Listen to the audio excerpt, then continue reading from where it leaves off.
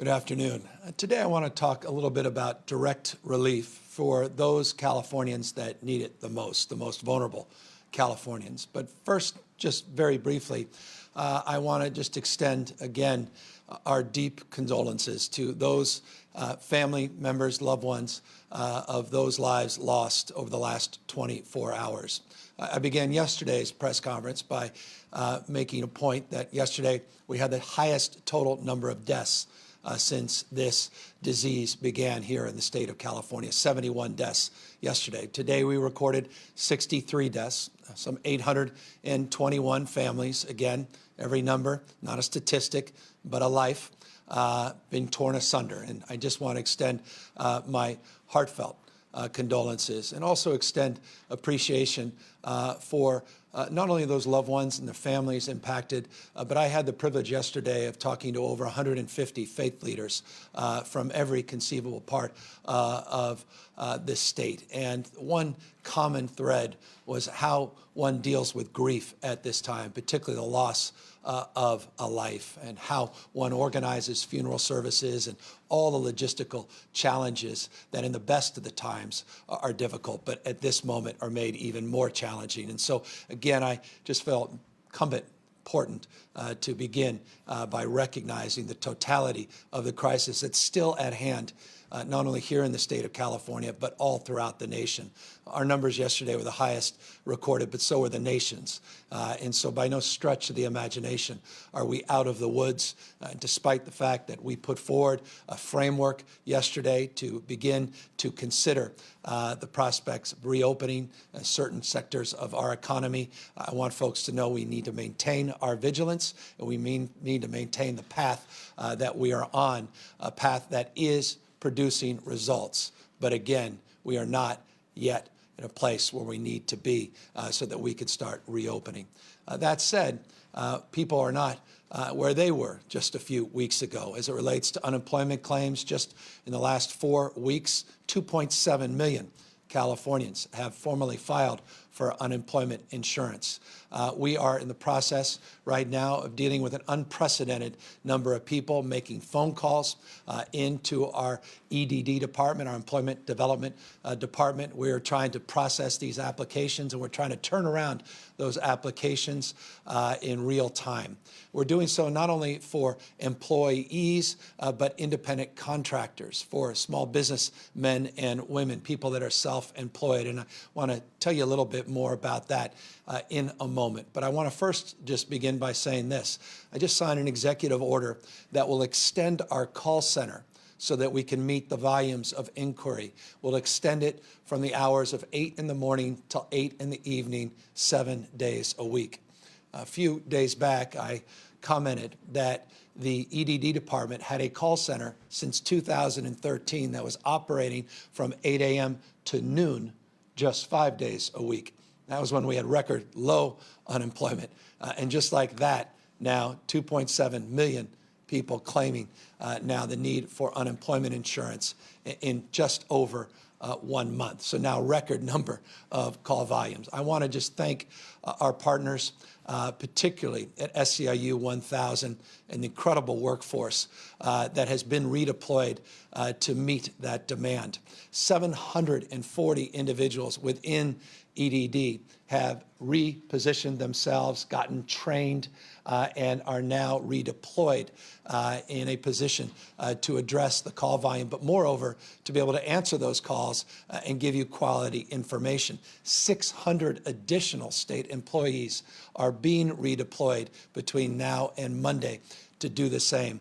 So in total, 1,340 individuals now will be redirected and will start the process of helping you process your earned benefits. And so I just want to applaud Julie Sue, who will speak in a moment, her Department of Labor, and the incredible partnership that she has formed within her agency, and all the men and women that went and did above and beyond work just on Easter as a proof point and specific example. We thought it was appropriate, considering the burnout and the volume, that we gave people a little time off on Easter Sunday. 500 of those state employees refused that time off because they cared more about you than they did themselves. And so while many of us may have spent time with our families, they did not. And in turn, they were able to process a couple 100,000 distributions just on Easter Sunday to help people most in need in the state of California. So if you ever have any doubt about the value of public employees, I hope you'll consider just that example.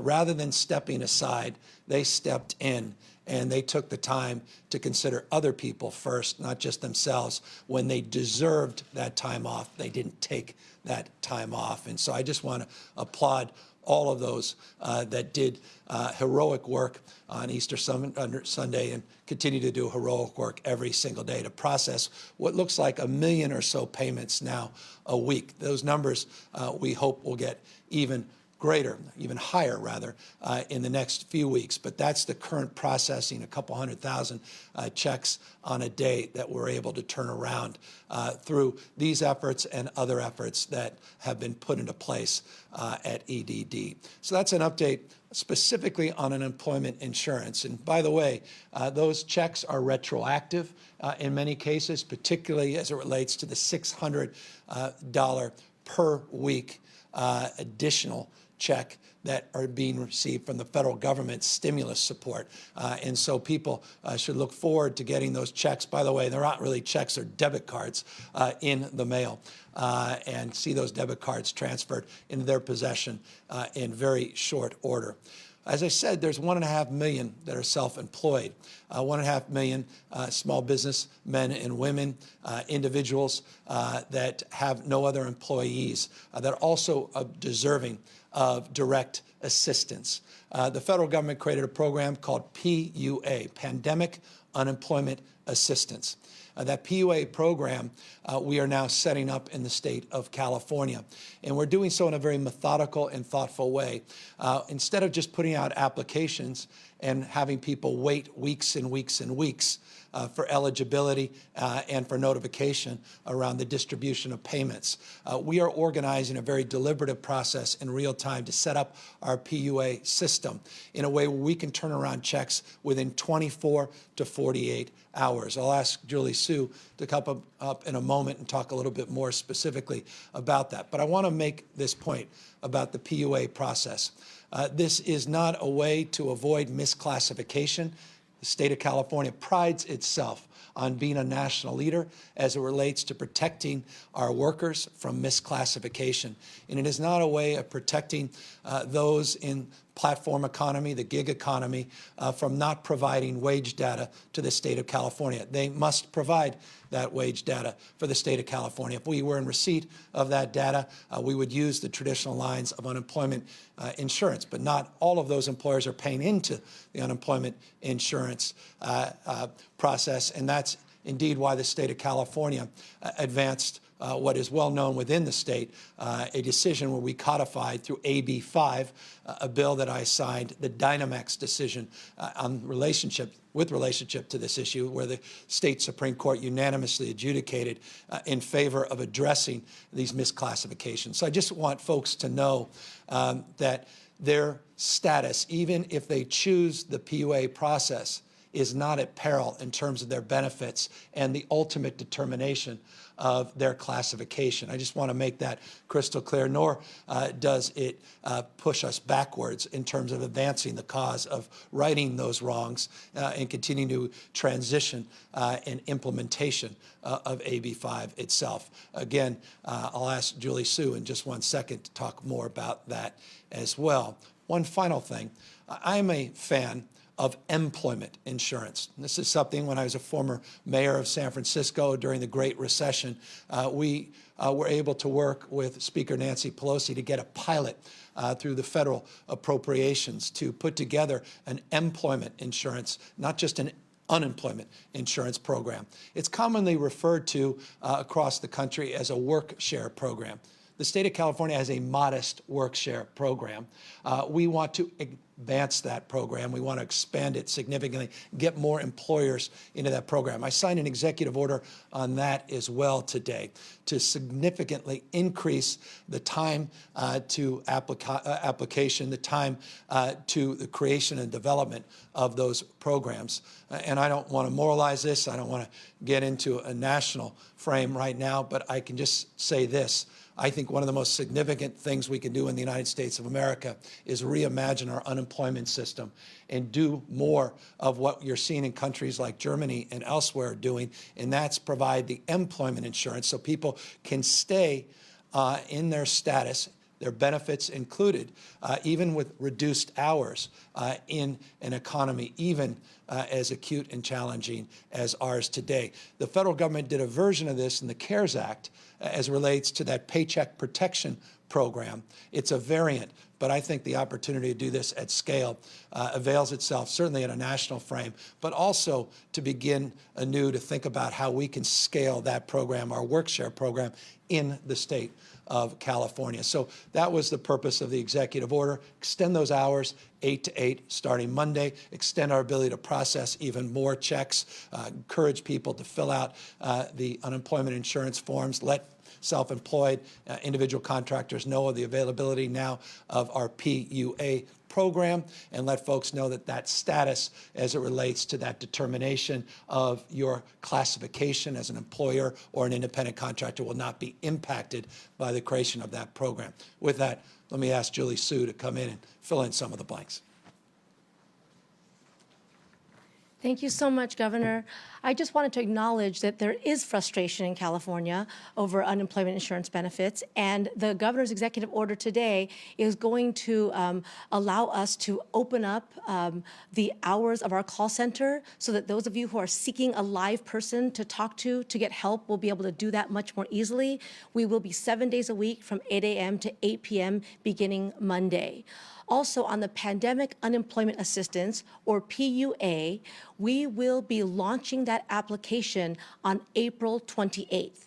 So in roughly 2 weeks, the application will be up. It will apply to those who are self-employed, those who are independent contractors, also to employees whose wage data is not sufficient, their work history is not sufficient to qualify for unemployment insurance, and to others who have exhausted their unemployment insurance benefits. So once you apply on April 28th, you will be able to certify the next day, and we are going to be turning around payments within 24 to 48 hours. So those first payments should be out by April 30th. I know many of you have been waiting for that. I want to reiterate the governor's point that once payments begin, they are retroactive. The program begins in terms of when you can receive money if you were unemployed due to COVID-19 as of the first week of February. So the checks, the payments that you receive, the benefits will go all the way back to that first week of February if you can attest that you were affected by COVID-19 as of that time. In addition, the $600 per week on top of the regular unemployment insurance benefits will also apply to PUA starting on March 29th. So again, when our applications go up in a couple of weeks, that money will also be retroactive. I'll just add one last thing. There's been a lot of conversation about the technology limits here in California. Our technology limits do not make it inevitable that we will not be able to provide services, and so we're continuing to pay unemployment insurance benefits within the 3-week time frame that was true before this pandemic. Thank you. We're very proud of our Labor Secretary, and she'll, of course, avail herself to any question. But that last point she made, I think, is a really important point. We had a 21-day processing of unemployment insurance claims before this pandemic, and we're still within that window in terms of her capacity and her team's capacity to turn around those payments. And I just want to applaud her for her capacity to surge those efforts. She started intentionally by not focusing on the call center as much as processing the claims, because we really wanted to prioritize getting checks out as quickly as possible. And now we are at a position where we can do that and expand the call center and address the volume and needs as well. So all of this an iterative process, all of this building on the efforts that are built from the previous day, and correcting and addressing and adjusting our efforts in real time. Speaking of addressing real-time need, our diverse communities in the state of California include our immigrant communities. I don't know if many people know this, but it's a remarkable thing. 1/2 of our children in the state of California are born to at least one member of their family that is an immigrant. 1/2. This is a state where 27% of us are foreign born. That's diversity at a scale that doesn't exist in any other state in our nation. And regardless of your status, documented or undocumented, there are people in need. And this is a state that steps up always to support those in need, regardless of status. 10% of California's workforce is undocumented. 10%.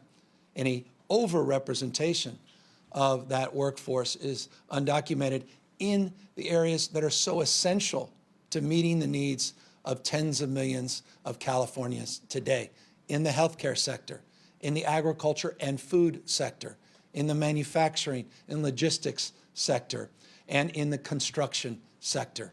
There's an overrepresentation of people without documentation. By the way, paying just last year over $2.5 billion of local and state taxes.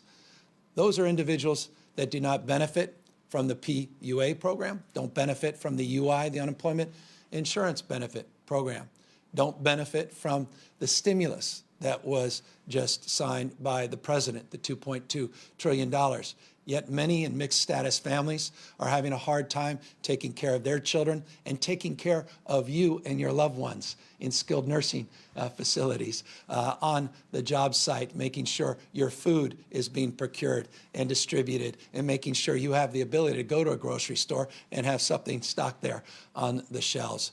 We feel a deep sense of gratitude for people that are in fear of deportation, but are still addressing the essential needs of tens of millions of Californians. And that's why I'm proud as governor to be the first state to announce a program for direct disaster assistance to those individuals. We're putting up $75 million in partnership with philanthropy. Philanthropy is matching our efforts, not dollar for dollar, but they're putting in an additional $50 million to support our efforts. So a total of $125 million to provide individual assistance of $500 and household assistance up to $1,000 for those individuals that are quite literally putting themselves on the line and helping support this economy and those most in need at this moment. I want to in particular thank the Emerson Collective, Chan Zuckerberg, James Irvine Foundation, the California Endowment, and Blue Shield Foundation. They seeded the philanthropic part of this. Lorene Powell Jobs, $1 million through Emerson, they put into this effort. There's a group called GCIR. That's a philanthropy group. They're the ones organizing that $50 million raise and that $50 million goal. And for me, that's enlivening. It's also ennobling, because it's just a recognition, even from some of our world's great philanthropists that happen to reside here in the state of California, that they recognize that all of us are in this together, and that we have a responsibility to one another. And even if there's gaps, that we can help begin to fill them. I'm not here to suggest that $125 million is enough, but I am here to suggest it's a good start, and I'm very proud it's starting here in the state of California. And by the way, all our efforts are not limited just to direct financial relief. I made clear last week that we are allowing what we call presumptive eligibility to exist through our Medi-Cal system in the state of California, so people can get tested, not just in the emergency room, not just at hospitals, but get tested in community clinics and get those clinics reimbursed not only for the tests, but treatment related to this disease and COVID-19. Remember, in the United States of America, we have universal health care. It's in the emergency rooms. And you, as a taxpayer, pay exponentially more on the back end than providing the kind of preventative care on the front end that costs you less as a taxpayer and helps keep more of us healthier and safer. And so this is an example with this communicable disease that can spread easily, to make sure people know that they can have access to testing and know that they don't have to go out of pocket to get tested and get treatment if indeed they are tested positive. This is a good health strategy, and it's a right moral and ethical, and I would argue economic thing to do. And so that's an additional area of support that's part and parcel of our broader efforts to help our diverse communities in the state of California. Child care, food banks, and others made available as needed to help the most vulnerable, keep people at work, those that need to be at work for essential services. All, again, part of the package and the pride that we have in California and Californians at this moment to do more and to do better. Again, I recognize we still have more to do in this space, and obviously I want to extend recognition of that and also extend appreciation that we will endeavor to find more areas of support over the next days and weeks, and certainly over the next year as we transition back to some version of normalcy, a lot of which we spoke to yesterday. Let me now briefly speak to a few additional things that we do on a daily basis, and that's to give you an overall view of the trend lines and give you some proof points and data that have come in the last 24 hours. Speaking of 24,424 individuals have tested positive for COVID-19 to date. I gave you the number of people that have lost their lives, 821. The number of people in our hospitals, in our ICUs, we had some favorable numbers that came out yesterday. Hospitalization rate went up 1.5%. Again, we want to see that declining. We want to now start to see that to flatten, and we want ultimately to see those numbers go down, decline from their growth, flatten, and then go down. Speaking of going down, there were 1,175 individuals in the ICUs. That number actually went down from yesterday, 0.2%. That's a very good sign. The number of what we refer to PUIs, I know we're PUAs, PUIs, UI, a lot of acronyms. That's government. Let me make it a little simpler. Remember, PUIs are the number of persons under investigation in the hospitals and in our ICUs. Those numbers are also trending down by multiples of that 0.2%. So that's good news as well. I'll remind you what I do on a daily basis. Those are the two numbers I look at every morning when I wake up first. And those are the numbers that will guide our decisions when we ultimately expand our testing capacity in the state of California, expand our ability to trace and ultimately isolate and quarantine individuals, part of the 6 specific strategies, the framework that we laid out that will allow us to pull back and ease up as it relates to the stay-at-home order. But we are not there yet. And it is absolutely incumbent upon all of us to continue the appropriate practices that have put us in this position, that have helped support those lines beginning to flatten and now beginning to decline. Let's stay at it, stay the course, and continue to do everything we can to meet this moment head on. So that's broad strokes, what I wanted to share with all of you today. Of course, we're here to answer any questions and provide additional insight and data to the extent we have it with those that may be on the line that have queries. Andrew Sheeler, SecB. Governor, can you hear me okay? Perfectly. Can you hear me okay, Governor? Yeah. Yes. Hello? Oh, we're here. Sorry. Oh, okay. Yeah, Governor, thank you for your time. So temporary hospitals are being set up. There's a 900-bed temporary hospital in a gymnasium at Cal Poly here in San Luis Obispo. But there's no indication that they're going to be used anytime soon. Do you think that we're over-planning and or overspending on these? Do you think that these are going to be used? And if so, can you explain why? Well, I don't know that the word over-planning in a pandemic applies. I think we are appropriately planning.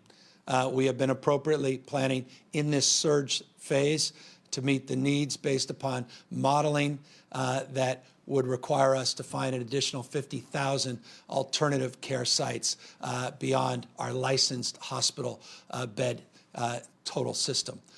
We are doing more every day to secure not only the sites, but to secure the PPE and the personnel for those sites for this reason. We're not out of the woods. I told you those death rates, the highest recorded yesterday. The hospitalization rates are still too high. The rate of concern continues to permeate systems all across the state of California, large and small. And let me extend a consideration as well. The announcement we made yesterday around our phased strategy based upon science, based upon health data, also assumes that if people go back into the community and begin to have contact where they're not putting on face coverings, where they're not always practicing the kind of physical distancing that they currently are with the stay-at-home order, that we could see an increase in the number of people infected. We have to provide the capacity in the system and make sure we procure that capacity before we enter into that next phase. So every one of those beds, from my perspective, are important in terms of our capacity to deliver on the hope and promise that we can start to ease up on the home orders. And so I don't think it's an overcorrection. I think it's an appropriate adaptation to the current new normal and provide us the kind of relief valves if indeed we need them without having to be in a crisis mode, but having already planned in that respect. Bob Agelko, SF Chronicle. Oh, thank you. Governor, different subject. I see that a state legislator has asked you to halt all sales of firearms and ammunition statewide. Wondered if you had any views on whether gun sales were an essential or non-essential service, or whether this should be a county-by-county decision. Yeah, we made the determination on directives going back weeks now when asked specifically this question about L.A. County and their efforts, saying I defer to the sheriffs and their determination at the local level. Ibarra, Cal Matters. Hi, Governor. You mentioned testing in community clinics, and we know testing is an issue. And I've talked to clinics where they have just 20 tests, if any. And so when you send, we're sending low-income, undocumented people to these clinics, what are you doing to make sure that, these clinics are prepared to support these patients, they're actually able to, give patients tests and services? No, it's a wonderful question. It's the right question. It's one we anticipated a week or so ago with the creation of a testing task force led by leader of one of the largest insurance companies in California, as well as leaders in academia and research from Stanford University, RUCs, among others. We set out very specific and prescriptive goals in terms of increasing our testing. I was very adamant that we needed to improve this space and took responsibility as it relates to doing more and expecting more of our entire team. Last night, we got new numbers back that showed 12,200 additional tests were conducted in the last 24 hours. That's within the prescribed framework of our announcement a week ago. The goal was to get to 10,000 tests a day by April 14th. The goal at the end of this month is to get to 25,000 tests and then to grow exponentially from there into May and June. That is using the totality of strategies, not just traditional PCR testing, but the new serology testing, the blood-based testing. And now with that as a primer, I think it only appropriate, because he's standing right in front of me, that I asked Dr. Galley, who's led this effort, to talk a little bit more specifically about the granularity of community clinics in relationship to the testing protocols as well.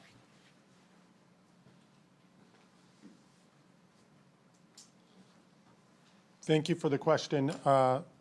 Absolutely, to reiterate what the governor said, our goal has been all along to make sure that testing is available throughout California. We see our community clinics and, frankly, all points of care in the community as potential testing sites. In fact, I've been on emails and phone calls today with some of the clinics about ramping up this capacity so we make sure certain communities that are traditionally underserved do get the testing that they need. Over the weekend, we received a shipment of swabs here that we did distribute throughout the state. And targeting some of those clinics, some of those healthcare delivery system centers that don't traditionally have the supplies first. We plan to get some of those to community clinics so that specimen collection, which is the first step in getting a test done, can happen throughout the state. We will be working with clinics to make sure that that is available, and part of those additional up to 100,000 test swabs a week that we'll be receiving will get distributed to those clinics. I will tell you also, by way of additional update, that we have identified at least 637 sites, testing sites across the state. Many of these are affiliated with the big hospitals, but then additionally, these are the drive-up test centers that are popping up throughout the state through the leadership of counties, cities, and other entities. We also know, after doing a complete look at many of the different labs across the state, that we have the capability today, with instruments that are already acquired and working, to do up to 94,000 tests a day in the state of California. So as we identify our capacity, we start to move some of the important parts of the testing continuum, whether that's swabs, test kits, et cetera. And now the plan to really accelerate the number of testing sites across the state. We look forward to not just meeting that 25,000 tests a day goal, but exceeding it as new technologies, as the governor mentioned, with serologic tests, additional instruments coming to augment that 94,000 a day. We look forward to seeing that number increase, and community clinics and communities that don't traditionally get tests first are a priority at this moment. Thank you, Doctor. And speaking of tests, I neglected to mention there's no income-based tests for individuals to receive the disaster relief regardless of their status. And I think that's important to know as well, is to know that their personal information will not be required to get those supports. We're building that disaster relief program through community-based organizations geographically dispersed throughout the state of California. They will collect the grants directly in every community, a minimum of $5 million in grants, and then substantially more in higher density communities. And the CBOs will be responsible for distributing those dollars. And by the way, I want to extend, both in the terms of the testing question and more broadly on the disaster relief fund itself, let people know that the covid19.ca.gov website, covid19.ca.gov website, is now operational in Spanish, and will have the capacity to have 7 languages where it will be translated very, very shortly. And information and guides are available as it relates to testing in community clinics and the reimbursement under the Medi-Cal system to those clinics, and the need for our diverse communities to not worry about going out of pocket. If you are feeling symptoms, don't worry about not quote-unquote getting tested. Get the kind of help and health care you deserve in those community clinics. We'll worry about the paperwork. We'll worry about organizing the reimbursements through the Medi-Cal system. Rachel Bluth, Kaiser Health News. Hi, Governor. I was just wondering if you've been in contact a lot with leadership in the legislature about what they're prioritizing going forward as far as legislation and the budget, and what those conversations are looking like, how you're discussing that with them. Well, I had this morning a call with the Speaker, Anthony Rendon, with our pro tem, Tony Atkins. We are in constant contact and communication. My teams are available as needed to both caucuses in the Assembly and the Senate, including Republican caucus, not just the Democratic caucus. We try to be as responsible and responsive as we can be. I'll be on a Zoom call today with the Latino caucus, talking precisely about issues related to the budget, expectations and needs related to legislation, and the legislative calendar, which, as you know, has substantially changed as a consequence. So we're in constant contact and communication. We will be more formally engaging. They'll start their budget oversight hearings as early as tomorrow. We'll get the feedback and guidance on the basis of those dynamic hearings. And then we look forward to opening it up to the public, because the public, of course, is most essential in a representative democracy in terms of their voice being heard through this process as well. Tanu Henry, California Black Media.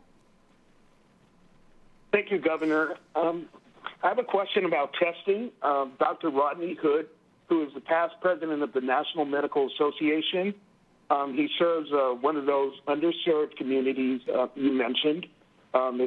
His patients are mostly African Americans at risk for many of the conditions we know that contribute to the high mortality rate for African Americans.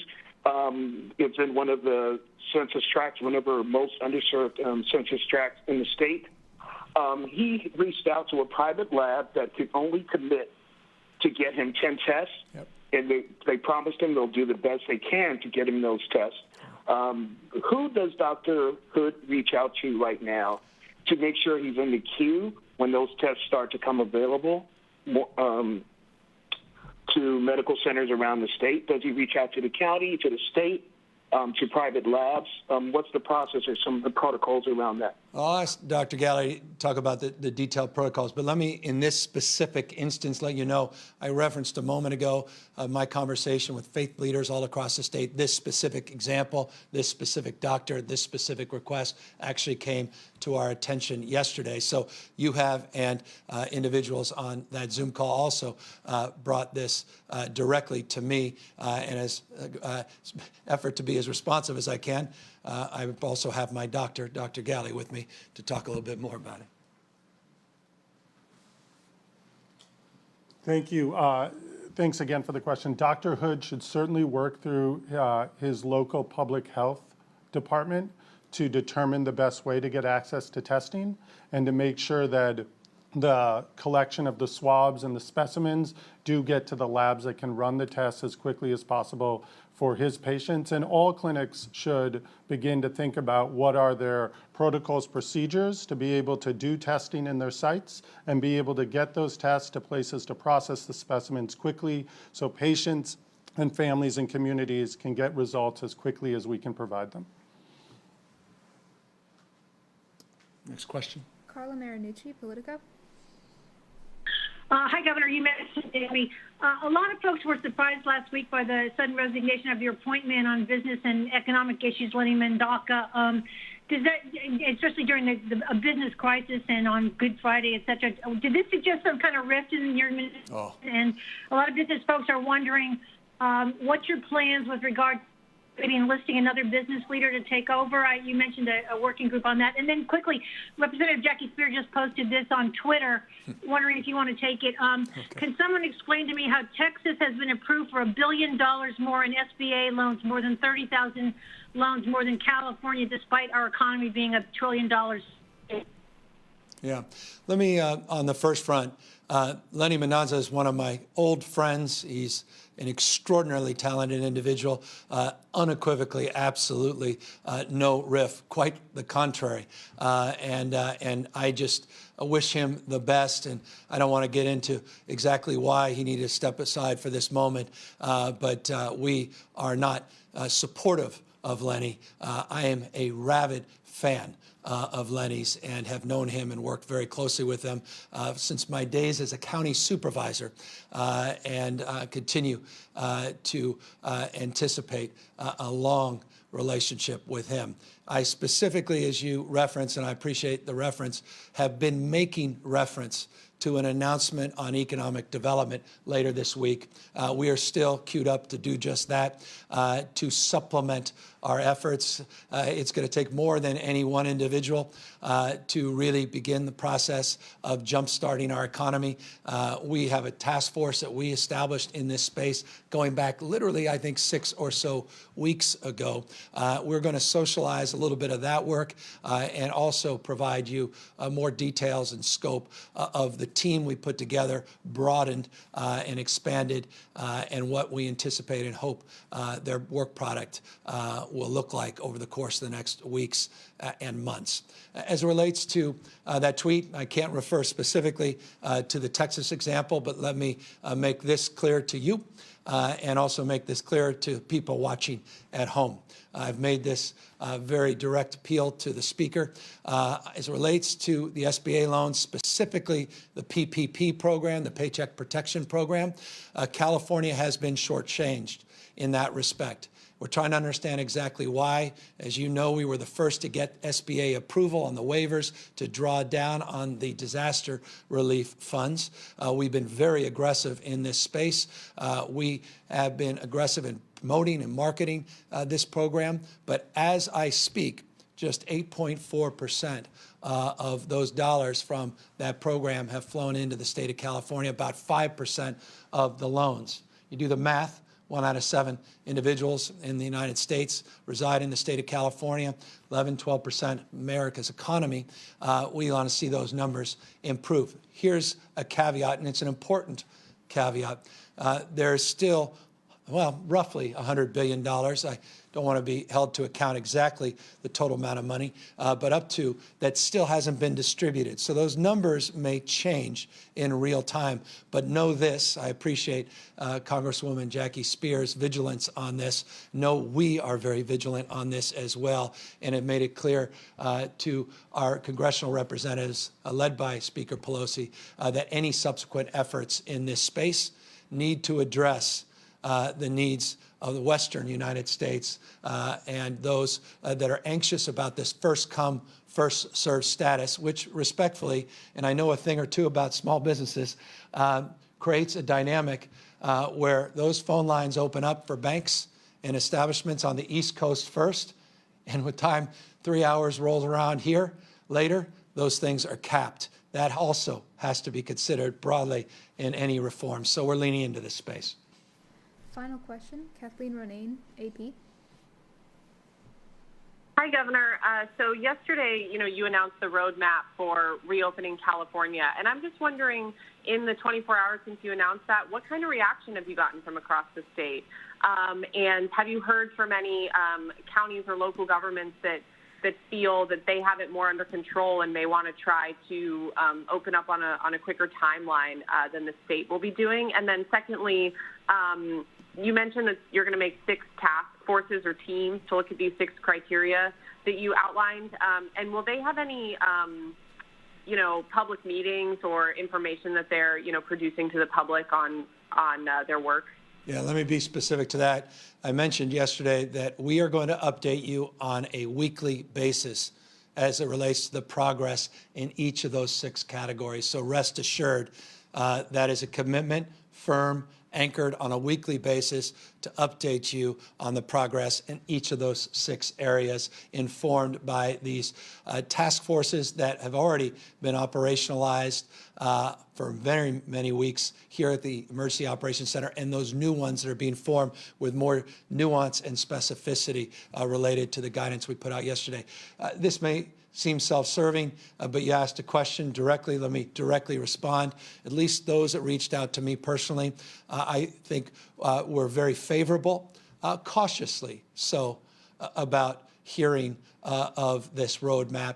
Many helped inform the roadmap because, as I mentioned yesterday, we were in calls and in constant communication with a lot of local officials in terms of the developing them in the first place. So that shouldn't be surprising. But there were a few inquiries in some of the rural parts of the state that I thought were very favorable, including this insight, and I'll just end with this, by a Republican legislative leader that reached out, that expressed concern in this respect, said, I appreciate the guidelines, broad strokes. I'm worried about the tracing side of this. He mentioned this, that the data that is being traced and tracked in parts of rural California is not adequate.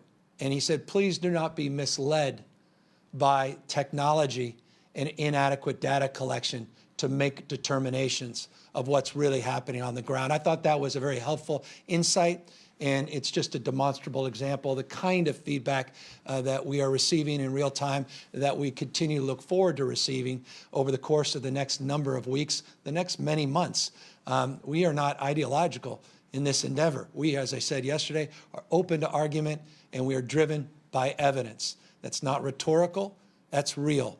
And as I said, the most important thing we can do, said this yesterday, is to end as we began, where we went into this together in a very deliberative way. We need to pull out of this together in a very deliberative way as well. And speaking about everybody being in this together, I just want to continue to compliment and thank all of the incredible workforce that has been assembled to help support not just the applications and the distribution of disaster relief funds and unemployment insurance, but now setting up this new PUA system, the Pandemic Unemployment Assistance System. I want to thank our frontline employees again, the heroes every day on the front lines, our nurses and doctors, our police officers, our firefighters, and then the unsung heroes, all of you, that every day are practicing physical distancing, that have put us in this position where for 2 out of the last 3 days, I've been able to say the following: our ICU numbers are beginning to decline. Thank you for a job well done. Let's keep at this, and let's continue to improve the state, not only of California, but the health of millions of Californians that rely on our practicing safe and appropriate physical distancing. Thank you, everybody.